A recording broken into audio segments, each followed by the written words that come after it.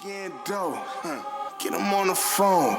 Say you gotta play, bring it to the bro.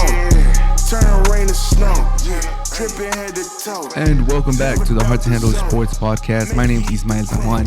What a weekend of sports we had. Ends with another lackluster primetime game, which has been kind of the theme of this season. Seahawks completely destroy the Giants. Another rough game by Daniel Jones. Obviously not his fault, not completely his fault. The line was atrocious, but we will talk on that. I got a lot of hate for saying that he's not the answer for the Giants. It looks like Daboll's getting a little upset at him, but we'll touch on that. I wanted to start with the Wolves upsetting Manchester City with a phenomenal display of defense and Neto looking amazing. That's what I wanted to start off with. I also want to touch on the Patriots getting absolutely destroyed by the Cowboys.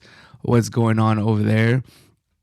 But I'm gonna have to start with Liverpool. Liverpool who got crushed by the refs. Man, the refs absolutely doing Liverpool dirty. I feel bad for Liverpool fans. I've already ranted on VAR so many times, but I'm gonna do it again. So stay tuned for that. Also, we'll touch briefly on the Bills dominating the Dolphins. Beautiful display of football. Dominant performance from like the second quarter on. They broke away from the Dolphins. They did lose Tre'Davious White, their star cornerback, to a torn Achilles. It got confirmed on Monday. So it sucks for the Bills because, man, can they win the Super Bowl without their star cornerback? I mean, if they keep playing like this, they possibly could, but that's a huge loss for the Bills. But yeah, let's get this episode started. Liverpool lose 2-1 to Tottenham on a late own goal. And man, if you're a Liverpool fan, I would still be fuming today. It's Tuesday now, and I would still be like mad. I would still be hot. Liverpool, who's supposed to be top of the league right now, if they win that match. My Wolves did them a huge favor beating Manchester City earlier in the day, their first defeat of the season, breaking their perfect start to the season, and it's like, boom, Liverpool looking good. They do have Tottenham away, so it's a tough matchup. Tottenham's been looking good, but even with 10 players, we're not even going to talk about the Reds that much because we got to focus on the atrocity that the refs did with the VAR decision and all their mishaps and how inept they are and just how terrible VAR has been, especially in the Premier League. But that red card was controversial to a lot of people. Me personally, I can see how it's a red. It's a soft red. Don't get me wrong. It's a soft red. Like, obviously, who was it? Curtis Jones goes for the challenge, goes hard into a challenge. Not even that hard. He just goes decently hard. His foot slips on the ball, and then you see the cleats make contact with the other player's leg. So it's cleat on leg. If you do a still image, it looks pretty rough. But if you show the context of him rolling over the ball, going decently strong but not excessive force, then you could be like, oh, that's kind of rough. So soft red, but that's my 2 cents on that. Now, as far as the rest of the things, like, honestly, I've seen softer penalties been called before. There was a challenge, but I forgot which defender in Tottenham did the challenge. It was early in the game. It was a corner kick. I want to say it was Romero. Early in the game on the right side, Liverpool was attacking, and there's like a little cutback, and he kind of clashes with the leg, and they fall. I'll try to put a picture. If you're just listening to the audio, I hope you have some sort of resemblance or drawback to this play.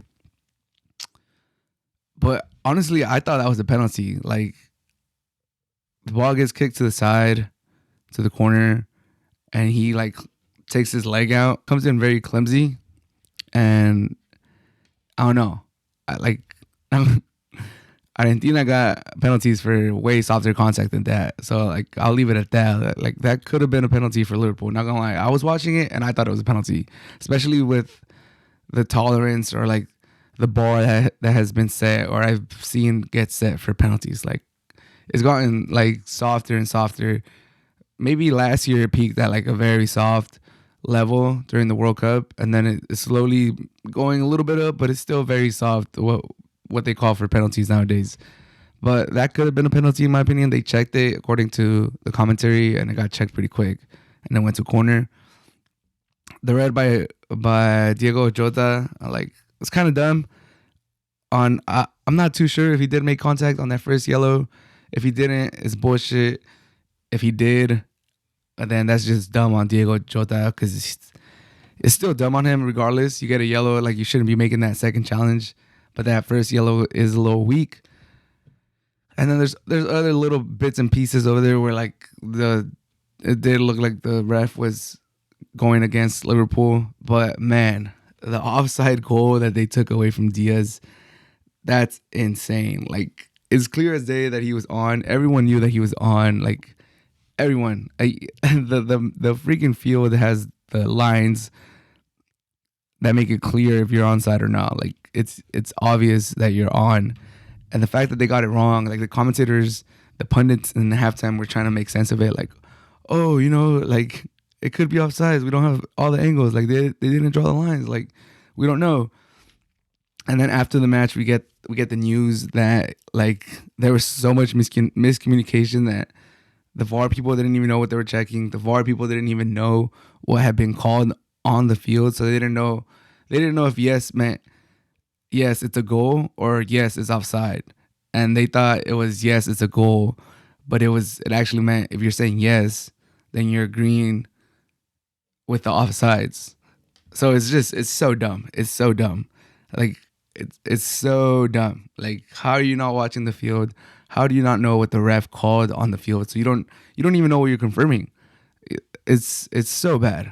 So, like, the fact that VAR has this much, like, human components of it it's kind of annoying too, because the reason we have VAR is to take the human error out of it, and you're still getting a lot of human error. Like, and there's a lot of plays that are left to interpretation.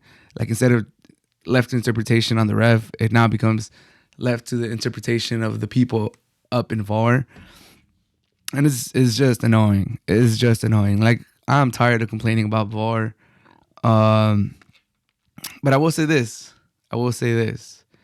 To Liverpool fans that think they're out to get them, I don't think that. At first I thought maybe, or like in prisoner of the moment, I was like, damn, this shit sucks. Like, it really looks like they're out to get Liverpool.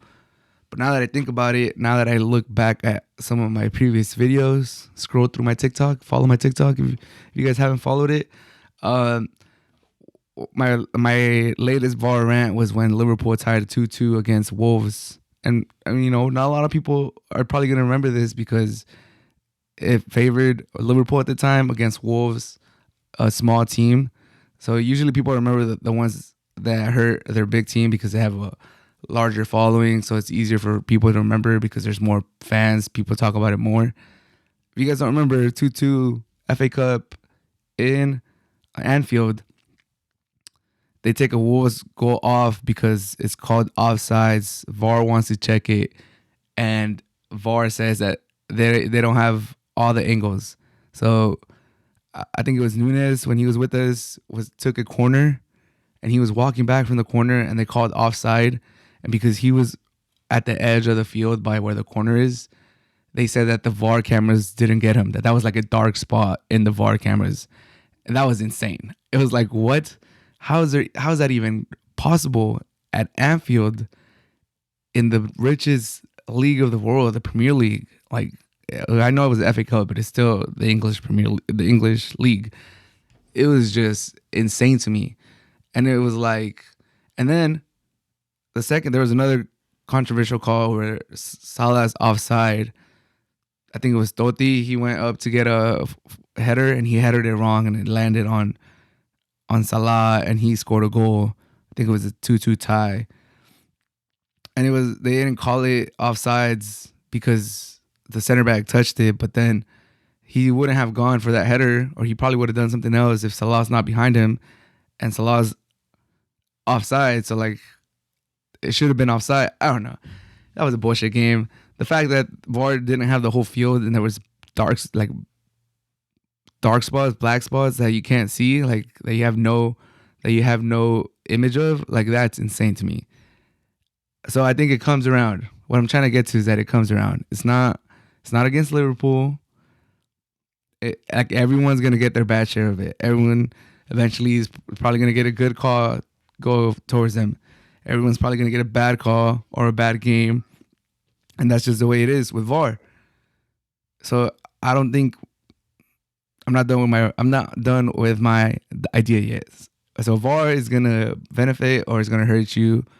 I don't think they're out to get anyone. At the time I did, I was like, they're helping the big teams, and maybe they still are a little bit, or like if you check what way they're leaning, they're kind of leaning towards helping the big teams. But overall, it's gonna hurt and help everyone, at least a bit. But that's when you start thinking like, what's the point of VAR? Because that's kind of how it was before. That's kind of like the human error, the refs calling the play, like right there and then. Like if it's offsides, it's offsides. If it's not, it's not. Red card here, like it is what it is. And with VAR, you lose a lot of the natural flow of the game. You lose the celebrations. Like sometimes pivotal moment in the game, someone scores a winner, and instead of the stadium going electric and the player going electric and celebrating, so a lot of times it's like, oh, we got to wait for the VAR check. And it kind of kills that moment because you're waiting for the VAR check. VAR checks a while. All right, it's a goal. Yeah, celebrate. But that celebration is no longer the same. That moment's no longer the same because you had to wait for that decision. Or I don't know. It's annoying. I could be prisoner of the moment. Like I said, like I want to say I don't have the numbers. I do want to say that the VAR has helped and they fixed more wrong calls than they've had mistakes compared to what the refs would have had naturally. But it's still so annoying. It's still so annoying, and you just like before.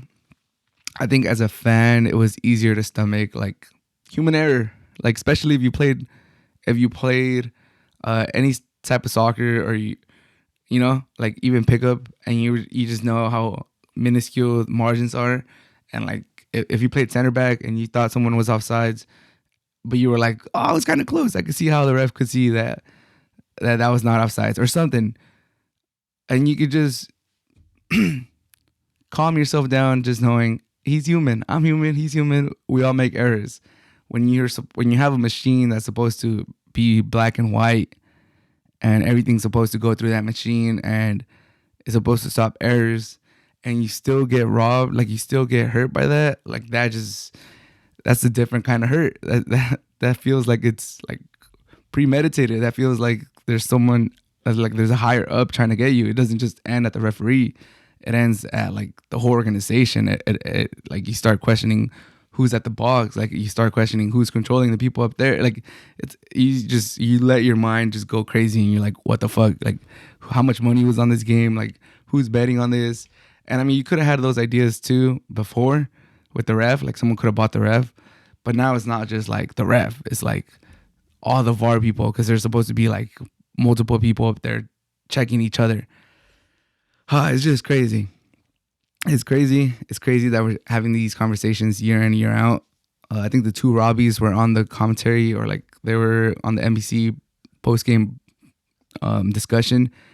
One of them was like, we should just get rid of VAR. And I was watching that. I was like, yeah, you should. Like, screw VAR, man. I'm tired of VAR. Like I said, it kills a lot of nice moments with these checks, like the natural excitement of a goal. And it still has everyone pulling their head out. Everyone's pulling their hair out. Just can't understand how it gets these calls consistently wrong. Like every week there's some controversial thing. How is that not a pen? It was a pen over here. Like VAR, it's a mess. I feel sorry for Liverpool. They should be top of the table. I wholeheartedly believe that if they get that goal, they're able to hold on, or at the very least, they get a point. But it sucks, man, and it's gonna be a tight race. To be honest, like you're not always those other top 3-4 teams competing for the title. Wolves aren't always going to be there to beat City, you know, and take points off of them. So they had a golden opportunity. Liverpool, the same weekend that City loses, they lose too. Kind of sucks. Kind of fucking sucks. But it is what it is.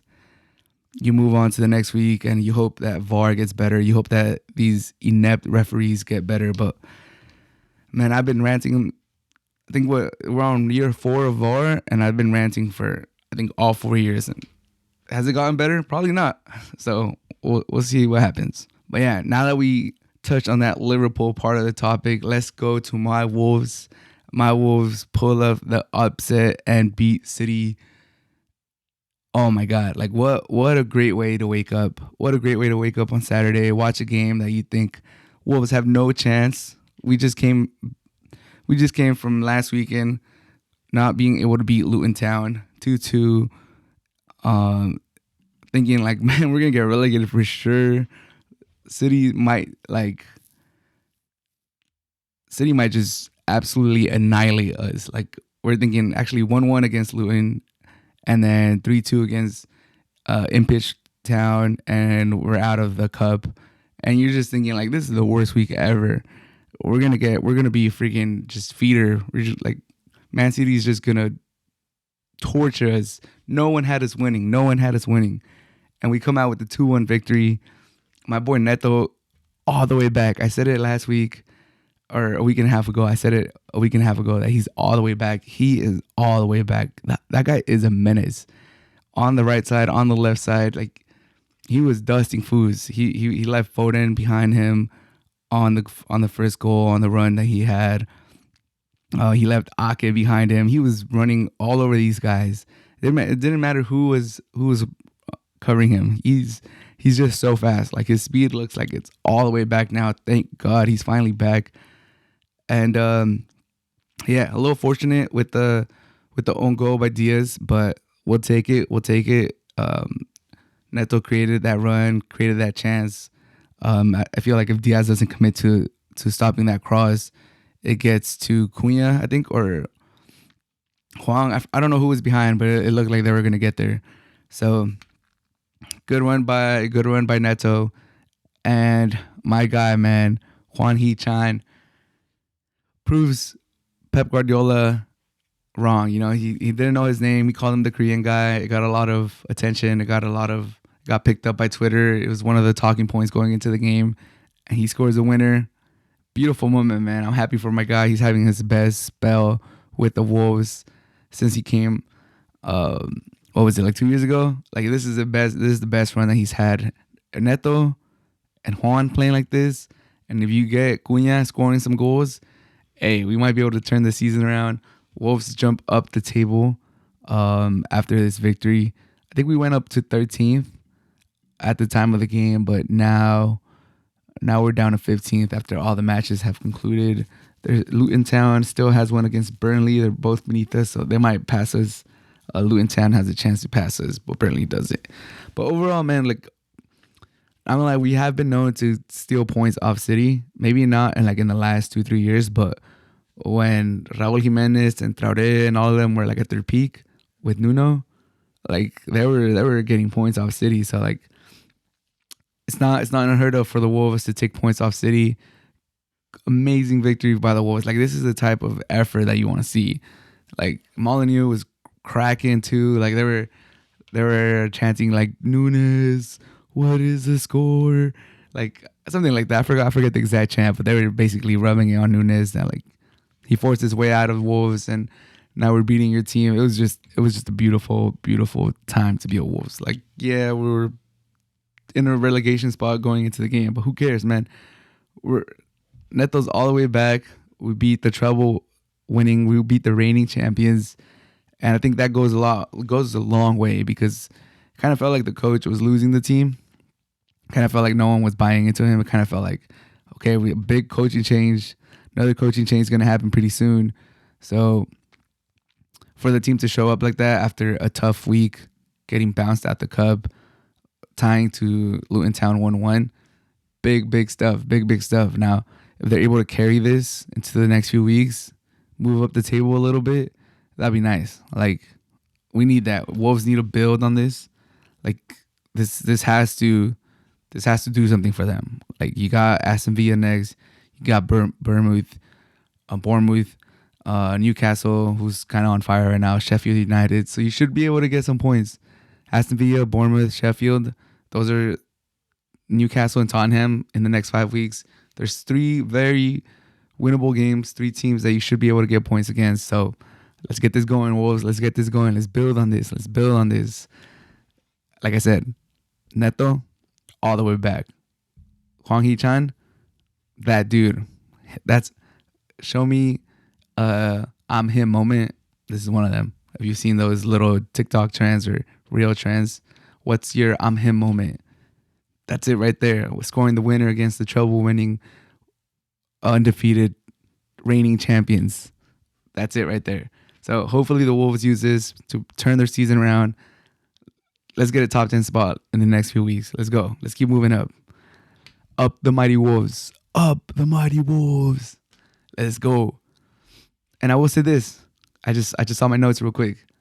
Neto, before his injury, I was saying was better or comparable to Saka and Foden.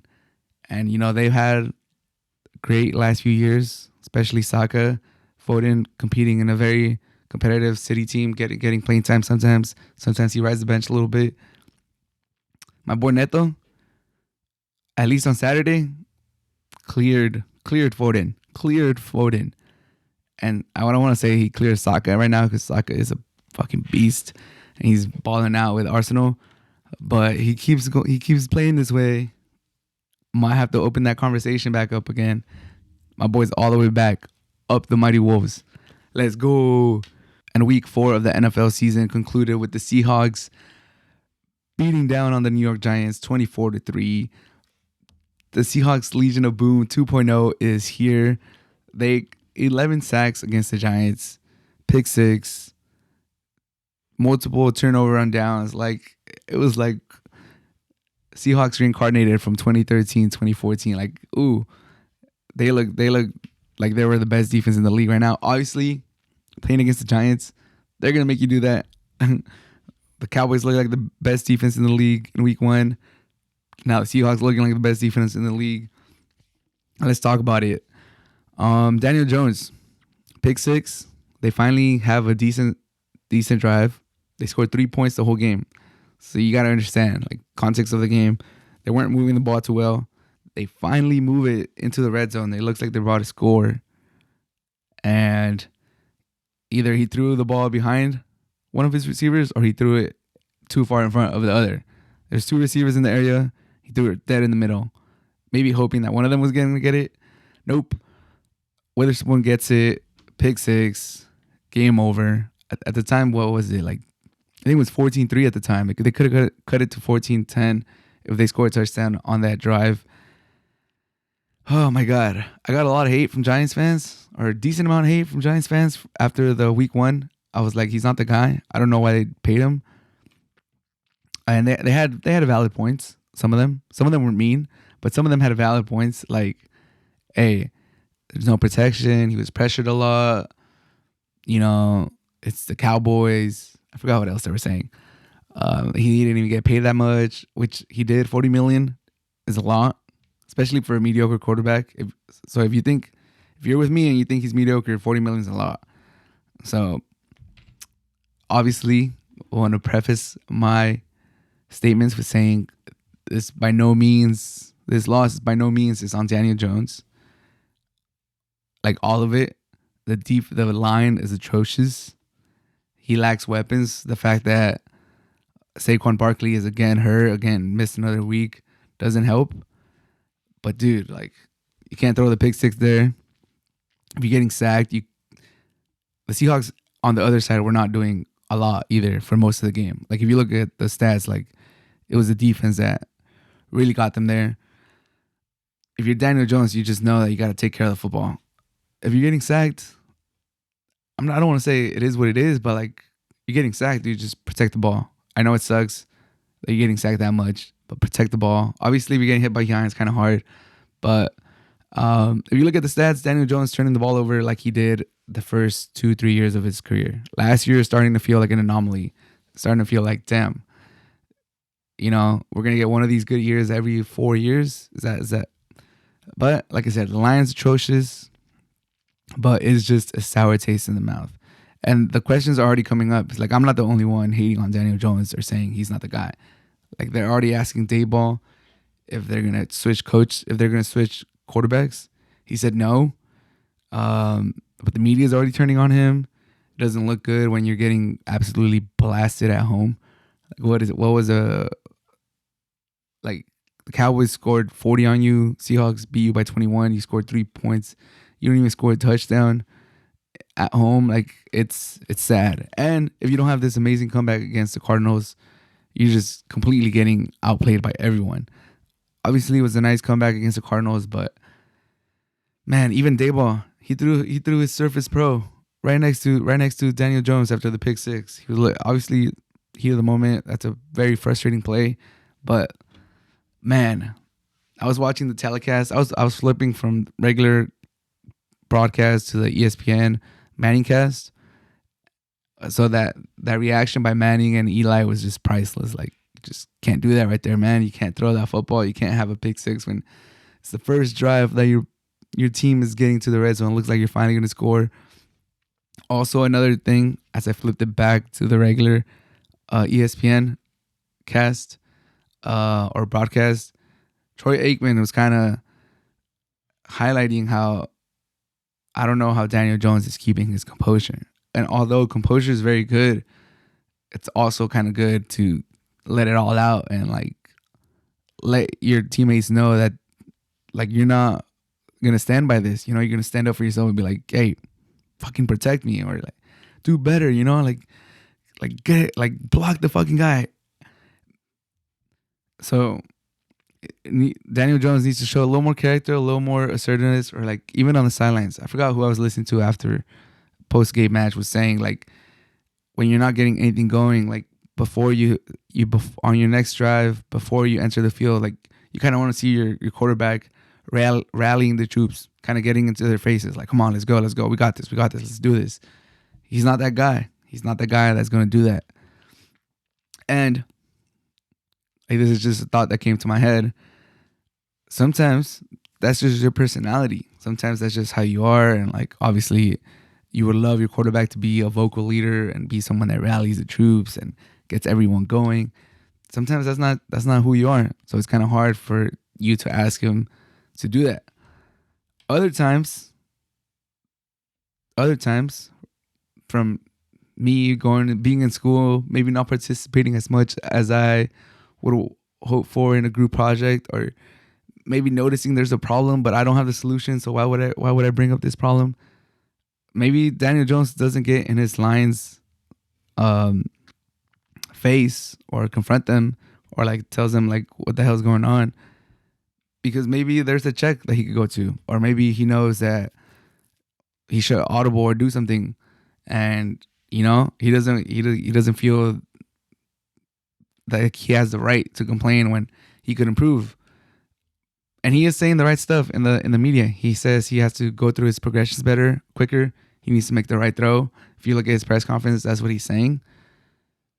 So maybe there's a little validity to that. Maybe he does think that, hey, how am I going to complain when I know internally I could be playing better? I could be maybe adjusting the line a little better, maybe rolling my line out to the right. Like, I know Dayball is a coach and he's going to make the calls, but we've seen quarterbacks adjust the line, shift the line.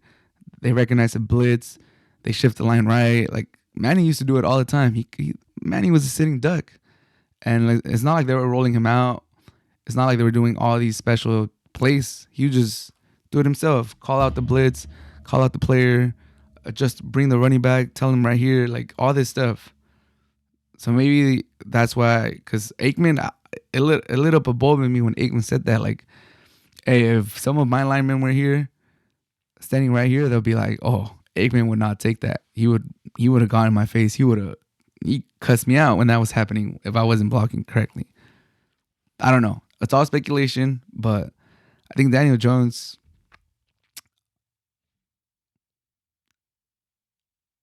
how good of a quarterback is he? Like, I don't know.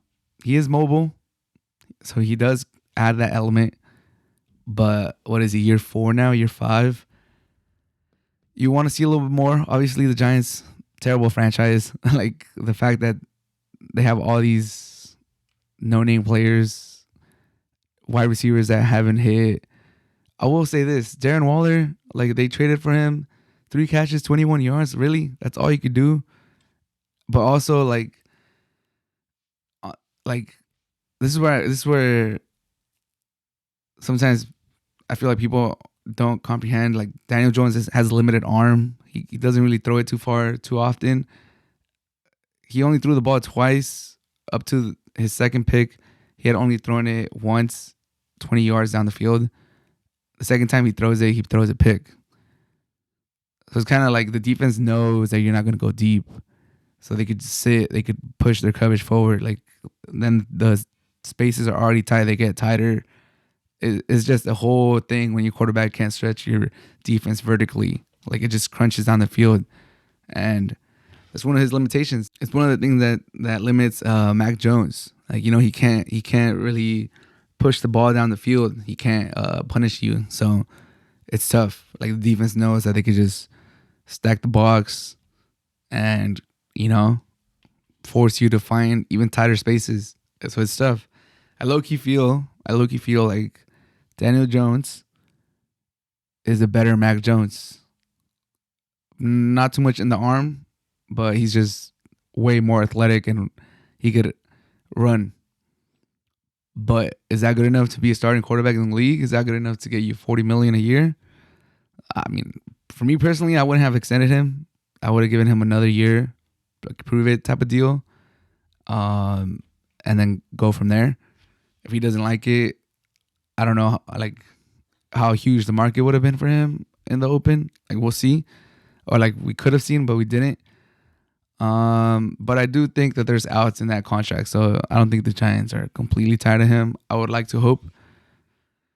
But yeah, man, tough watch, dude. Tough watch as a neutral.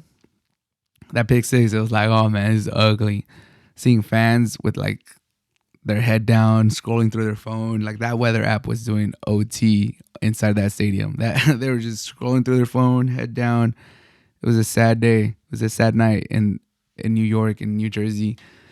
Oh, but what are you gonna do, man? You paid the man. Lion can't block anyone. Quarterback showing no emotion, showing no charisma, no bravado, no fire. Like it's just all your coach is throwing Surface Pros at the seat right next to Daniel Jones. Yeah, it was a tough watch as a neutral.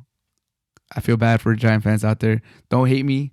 Don't hate me for doubting Daniel Jones. Like, let's be honest. He has not looked good, and you paid him. And if you were objectively seeing this on a different team that you weren't a fan of, you would probably say like, yeah, this guy's not too good. But obviously, he's your quarterback. You're gonna defend him. I get it. But wish the Giants the best. I will say that. I have nothing against Giants. I was actually rooting for them against the Patriots to beat so that they wouldn't go undefeated. Yeah, I like Tiki Barber, even though Giant fans may have mixed feelings about Tiki Barber. Plaxico Burress was dope. Shockey was dope. Boss, the white tight end after Shockey, was dope. Prince Amukamara was dope. Pierce, the middle linebacker, was sick. Human Euro was dope. Like Strahan was dope. Like, hey, Giants is a cool franchise. Brandon Jacobs was sick. I forgot the little running back next to Brandon Jacobs. He was sick too. Like, bro, you guys have had some Manningham. I like the Giants. As a neutral fan, I like the Giants.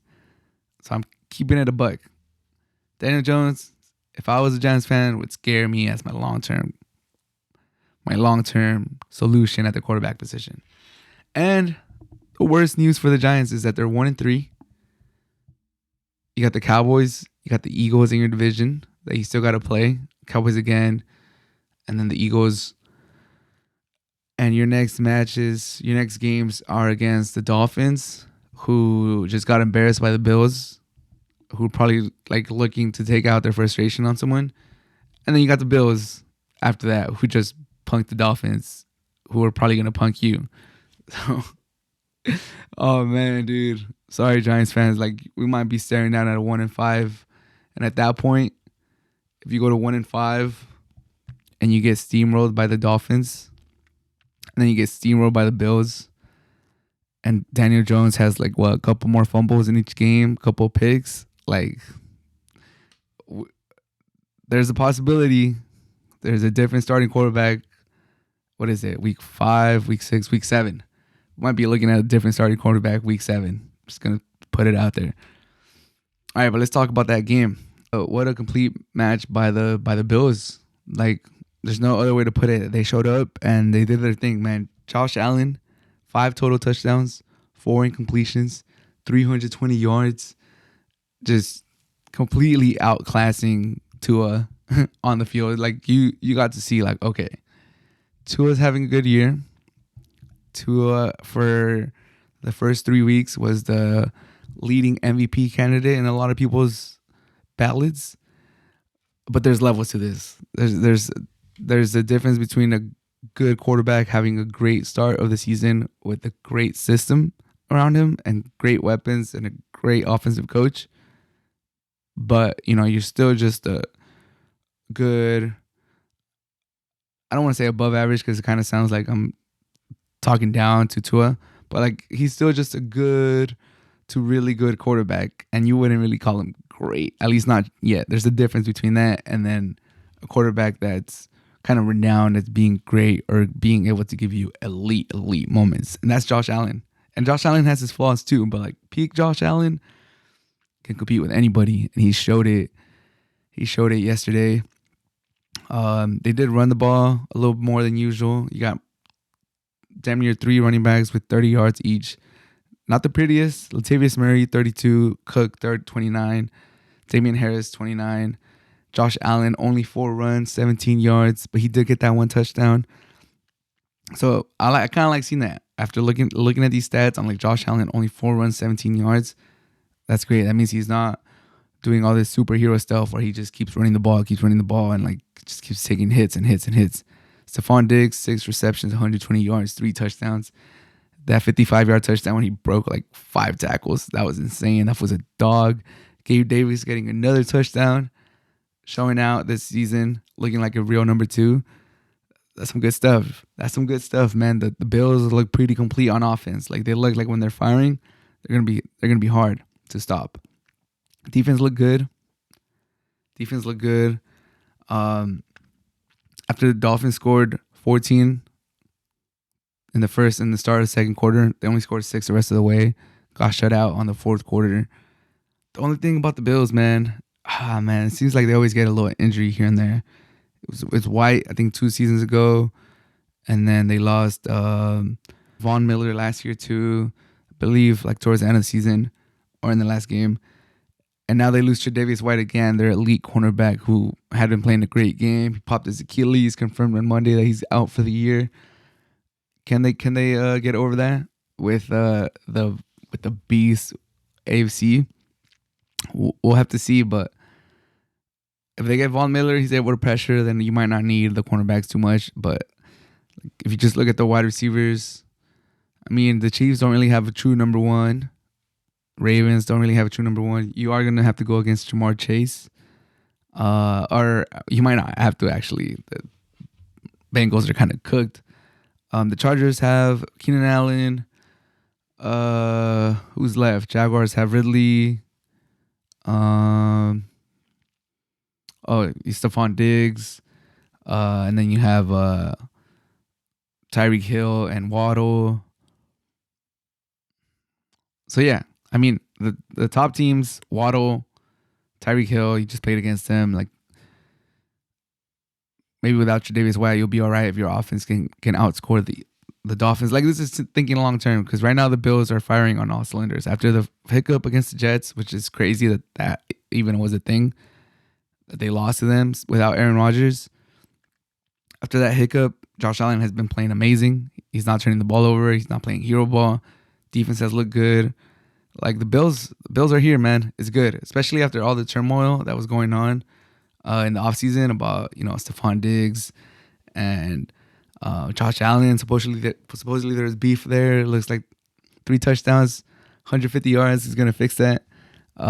Beating divisional rivals, the Dolphins, that were getting all the hype this last week. That's gonna really help fix that relationship. But yeah, Bills look amazing. Bills look good. They're peaking right now.